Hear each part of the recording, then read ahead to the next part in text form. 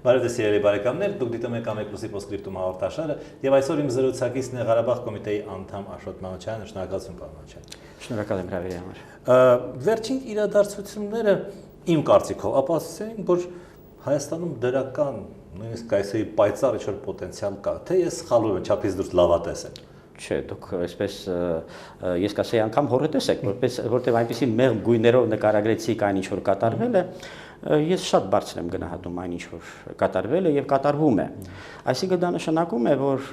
այն, որ մեր ժողովուրդը սկսեց այսպես ոտքի կանգնեց մեկ օր եւ սկսեց ստեղծագործել իր կյանքը այսպես ստեղծելով եւ այլը, այս 25 տարի է, դեռ 27 տարի է մենք այդ ճանապարհին ենք, լինում են հետընթացներ, լինում են այդպես հորետեսության, այսպես պահեր եւ այլը, բայց ժողովուրդը իր մեջ այդ մեծ կենսունակությունը պահպանում է եւ դա դրսեւորում, որ ստեղծագործ ենք, մարդ ենք, կանգնած ենք երկիր կերտելու, կյանքը կերտելու ուղուն ու ամենածանր անգամ վիճակում, ամենաանհուսալի կարողանում ենք այնպես անել, որ այդ ամենը իրականացվի որպես տոն։ Ամենակարևորը ինչ կատարվեց, դա տոնը վերադարձնելն էր երկիր, որ քաղաքական գործունեությունը, երկիրը վերակառուցելու վատ հարցերից խոսելը, ոչ թե այնպես տխուր մարդիկ նստած, երկիրը երկիր չի, ապրելու տեղ չի, մարդը մարդ չի եւ այլն, հա, այդ ամենը վերածվի այսպես խաղի, բարի, երգի, ու ասվի, հա, այս չեղավ, այս ինչ եք անում, ծիծաղել դրա վրա, որովհետեւ եթե ծիծաղով ես ընդունում այդ բանը, դա իրոք դառնում է փոքր մի հիվանդություն, կարևորուկ է, հիվանդացել ենք կանցնի, գող ենք, ավազակ ենք, չգիտես, ուրիշներին ենք ծառայում եւ այլը, ընդամենը կարմրուկի կարգավիճակի է իջեցնում։ Եվ դա շատ կարևոր է, եւ նրա համար ով հիվանդ է այդ կարմրուկով, եւ նրա համար ով դրա դեմ պայքարում է, որտեղ եթե որ կացնով ես գալի կարմրուկի դեմ, դա խնդիրներ է ստեղծում։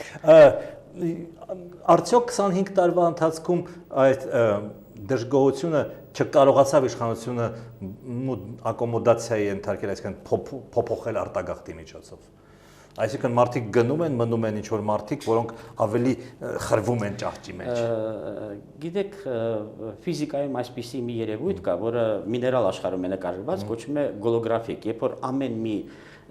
բջիջը իր մեջ պարունակում է ամբողջ որակը համակարգի պարունակում է։ Ուրեմն այն որ մարդն էլ է այդպիսին, մենք սկզբունքորեն գիտեինք, բայց մենք դրսևորումը տեսանք արդեն մեր աչքով, որ անկախ նրանից ինչքան մնանք եւ ով որ զբաղվում է դրանով արտագաղթենք հայերին եւ այլը, որակները կորցնեն, անկախ նրանից ինչքան ենք, միևնույնն է այդ որակը շատ կարեւոր կրում ենք մեր մեջ եւ գտնում ենք ձևերը դա դրսևորելու։ Երիտասարդները պահանջում են հարգեն, հա, որ իրան հաշվի նստեն, հա։ Արձագանք կար իշխանության կողմից եւ արդյոք եթե կար բավարար է։ Գիտեք ինչ, կար արձագանք բոլոր կողմերից, ոչ միայն իշխանության, արձագանքեց ինչպես հանրապետություն ամբողջությամբ, շատ քիչ ենք խոսում դրա մասին, արձագանքեց ամբողջ աշխարհը։ Բանն այն է, որ այդ յուրահատկությունը այդ կատարվող բաների տեսնում են նաև աշխարհում, առաջատար թերթերը արևմտյան համակարգի բազմաթիվ հոդվածներ տպագրեցին։ Ռուսականը տպում էր Ռուսաստանում միանգամից վախ էր առաջացել, Մայդան է, Մայդան չի, այդ ուրեմն խորը վախը կար, դրա հետ կապված գնում էր քննարկումներ, իսկ արևմուտքը այսպես շատ հետաքրքիր որակներ էր տեսնում, ասենք թերթերից մեկը Վաշինգտոնում լույս տեսնող ես չեմ հիշում արդեն որն էր, բայց այսպեսի մի բան էր ուղղել իր կառավարությանը, վերջը չհասկացանք, ասում է, այդքան փողներ դրեցիք, ասում եք քաղաքացիական հասարակության հարյուրավոր էլեմենտներ եք ստեղծել, վերջը չհասկացանք, այդ Երևանում այդ ցույցերը ով է ղեկավարում։ Հա, հակառուսականություն տեսանք դրա մեջ, բայց տեսանք հակաամերիկանականություն էլ։ Վերջը ով է ղեկավարում եւ դրանք ինչ են ուզում, եթե մենք չենք, ապա ով է եւ որտեղից է։ Այսպեսի հարցադրում։ Չեն կարա մենք լինենք, ոչ ոք չլինի։ Հենց խնդիրը սա է, ուրեմն այսպես է։ Բոլորը կան մի կողմից, այդ անհանգստությունը, որտեղ հանգած մեզ սխալ չհասկանան, որ մենք այսպես վարդագույն աչքերով ենք նայում կամակնոցներով այդ ամբողջ իրադարձություններին եւ չենք տեսնում, որ ինչ որ մանիպուլատիվ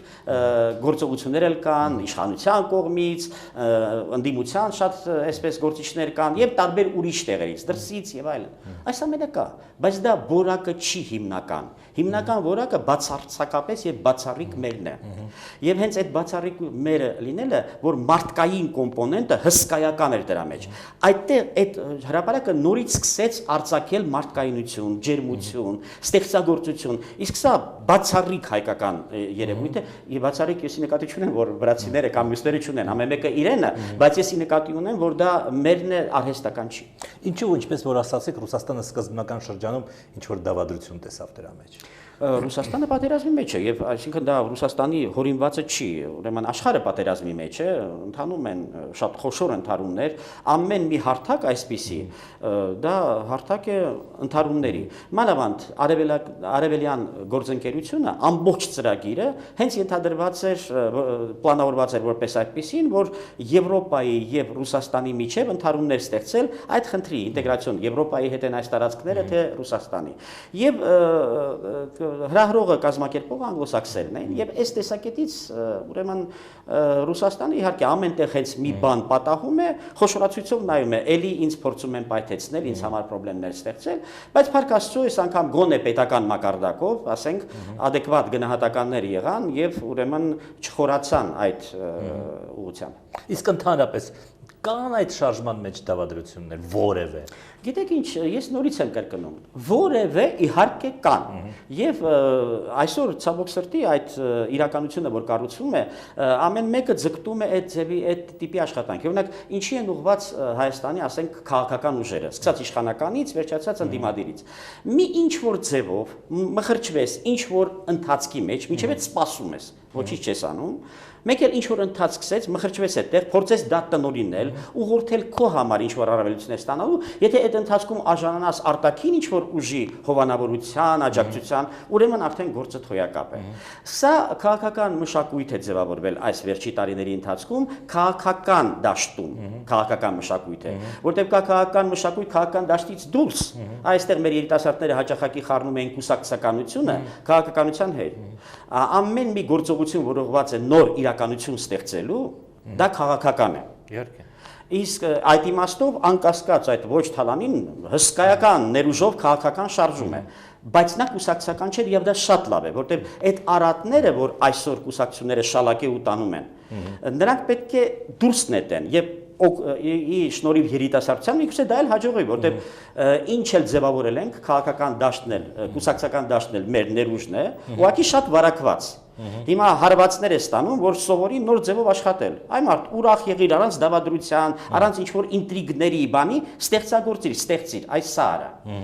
Այսինքն դուք սխալ եք համարում, որ մեր քաղաքական ուժերը пассив են, որ նրանք մեղմ ասած լավագույնս չեն դրսևորվել, հա, վերջին 20 տարում։ Անկասկած, ինչ շատ զարմացրեց, երկրորդ օրը արդեն փնտրում էի ինքս, որտեղ մտավորականությունը գիտեմ, պատտվեց, կոչ արեցին, ձել են դիմել, ես անմիջապես համաձայնություն եմ տվել, երբ որ այդ հատկապես ընթարումը եղավ, ուրեմն ցուցարարների հետ, առաջարկություն եղավ, որ հավաքվի քաղաքական պնակը, կուսակցությունները եւ այսպես գործիչներ միգուցե անհատ, որոնք ուրեմն ազդեցիկ են։ Ես ամիջապես համաձայնեցի, որտեղ հենց այդ քաղաքական խորհուրդը կոնսուլտատիվ հավաքվեր, նա դառնում էր եւս մի կենտրոն, որի շուրջ կատարում իր իրադարձությունները, որը կարող էր ազդել եւ առանց միջամտելու երիտասարդության գործերի, որ նա չմտածեր, էլի եկել են կուսակցությունները իրենցը խլեն տանեն։ Բայց իզարմանս ինձ կուսակցությունների պատասխանը մոտավորապես կարելի է ձևակերպել այս ձևով. թողեք, որ մեր մահով մեռնենք։ Հա, այսինքն պարկած սպասում են, մինչև կհասունանա մի պահ, որը իրենց մի ալիք, որը իրենց կբարձրացնի։ Սա տխուր իրականություն է, բայց ես կարծում եմ հաղթահարելի, որտեղ ինչքան երիտասարդները շարունակեցին, այնքան կուսակցությունները սկսեցին ավելի այսպես ուշադիր նայել, եւ այսօրվա վիճակն էլ, որ կարծես թե այսպես ինչ որ հանդարտվում է եւ այլը, բացարձակապես կարճ հանգրվան է։ Ամեն ինչը վերակառուցվում է, այդ լիցքը, այդ էներգիան պահպանվել է, այդ ստեղծագործական մոտեցումը, այդ շունչը կա, եւ կարծում եմ նոր շատ ավելի լավ որակով շարունակվելու է։ Երիտասարդները երկու ֆունդամենտալ լոզունգ են առաջ քաշել, բացի այդ միջավայրը ստեղծելուց, որը կարևորագույնն է, որը ստեղծագործելու։ Երկուքը ոչ թալանին, դա ամբողջական իր փիլիսոփայություն է։ Իրենք կարծես փորձում են կարճ ավելի բանով, բայց ստացվել է մի շատ ֆունդամենտալ սկզբունք, որը հարցականի տակ է դնում մարդկության նվաճումները վերջին մի քանի հազարամյակների ընթացքում, եւ երկրորդը ինքնակազմակերպում, ինքնակառավարում, այսինքն այն ինչ որ նրանք ասեցին։ Դրա վերաբերյալ ես հարց ունեմ, բայց մինչ այդ ես ուզում եի հարցնել, այ հիմա կարծես թե վերածվելու է գուցե սխալվում եմ այն երիտասարդները, որոնք մնացել են Ազատության հրապարակում, Սերժիկ հեռացիր շարժմանը, որը օրիգինալ չի, որը ստեղծագործական չի, որ 23 տարի որևէ նախագահի հասցեին ասում են հեռացիր։ Գիտեք, եթե իրենք ասեին, ասենք Սերժիկություն հեռացիր, դա թալանի վերածելով մի հոմանիշի, այսպես, դա միգուցե կարելի էր ընդունելի համարել, չնայած էլի մարդուն չարժի վիրավորել, անկախ նրանից, որ այդ մարդը զբաղված է Աստված գիտի ինչով։ Խնդիրը հետևյալն է։ Ուրեմն մենք պետք է հեռացնենք թալանը։ Եթե մենք ուղակի փոխարինում ենք դեմքերին եւ ամենաբարձր թռիչքը կուսակցական Հայաստանում ընդամենը մի թռիչք է, որը ուրեմն առաջարկում է այսօրվա ժամանակակից արևմտյան տիպի հասարակություն ստեղծելը, իսկ դա ընդամենը քաղաքակիրթ թալանի հասարակություն է։ Այսինքն մենք ոչ քաղաքակրթից, որ բոլորը գիտեն թե թալան է ընթանում, անենք ավելի քաղաքակիրթ, որ մեկ էլ պատմության ընթացքում մեկ էլ իսպանացիները հայտնաբերում են, որ իրենց բանկերը իրանց թալանել են։ Այդ ժամանակ միլիոններով թափվում են, ասում են այդ բանկերին ասեք փողերը հետ տան։ Կամ Հունաստանը հույները տեսնում է իրենց, բայց այդ համակարգը ուրիշ հանցագործություններ է կատարում, որոնք մեզնից զերծ են ու Աստված տա հեռու մնանք։ Մենք ամեն ինչի մասնակցել ենք, մեր Սերժերը, այսպես ասենք, հազար ու մի հանցագործություն կատարել են բացի մի հանցագործությունից։ Մենք երբեք չենք մտել հարևան Վրաստան, որպեսզի թալանենք այդ երկիրը, որ դարձնենք նրա երեխաներին եւ դրա հաշվին ապահովենք մեր ավելի մեծ բարեկեցությունը։ Ոչ մի հարևանի մոտ մենք այդ մտքով չենք մտել եւ ես հույս ունեմ երբևիցե չենք մտնի։ Դա այն է ինչով զբաղված է այսօրվա արևմուտքը։ 88 թվականին Ղարաբաղ կոմիտեն, քանի որ ձեզ ներկայացրեցի, հա, բաղկացած էր խորհրդային մտավորականներից, գիտնականներ, դոկտորներ, չգիտեմ, տեխնացուներ եւ այլն։ Հիմա չկա, հիմա ասում են մենք չունենք լիդերներ, լավ է դա թե վատ է։ Գիտեք, այսպես է, ուրեմն երբ որ ասում են չունենք լիդերներ այն իմաստով, որ բոլոր մարդիկ մի բանում հավասար են, ուրեմն բոլորը մարդ են, սա շատ կարևոր այսպես եզրույթ է, որ մարդիկ բաց են թողում։ Թվում է թե մարդ կոչումը հերիք չի, դրան պետք է ավելացնել դոկտոր, պրոֆեսոր, լիդեր, առաջնորդ եւ այլն։ Բացարձակապես, եթե մարդ ես, արդեն քո ուրույն տեղը ունես մարդկային ցանկացած ընկերակցության մեջ, եւ դու անփոխարինելի ես։ Անկախ նրանից դու ով ես, ինչ ես, ինչպիսին ես։ Եվ ուրեմն այս որակը մենք պետք է կարողանանք ճշգրիտ հասկանանք։ Հիմա եթե դա է ասում, իսկ կարծես թե դա է նկատի ունեմ, բայց դա էլ պետք է կարողանաս իրականություն դարձնես։ Ես միշտ նշել եմ, որ հովիվը, որ նայում է աստեղային երկնքին, եւ ակադեմիկոսը, որ նայում են, իրար ասելու բան ունեն։ Նրանք տարբեր ձևերով են նայում։ Պետք չի ասել ակադեմիկոսը տեսնում է ամեն ինչ։ Նա ամեն ինչ տեսնում է մի կտրվածքով, գիտության կտրվածքով, իսկ հովիվը հոգու կտրվածքով եւ այդ երկուսը իրար լրացնող համակարգեր են։ Այսինքն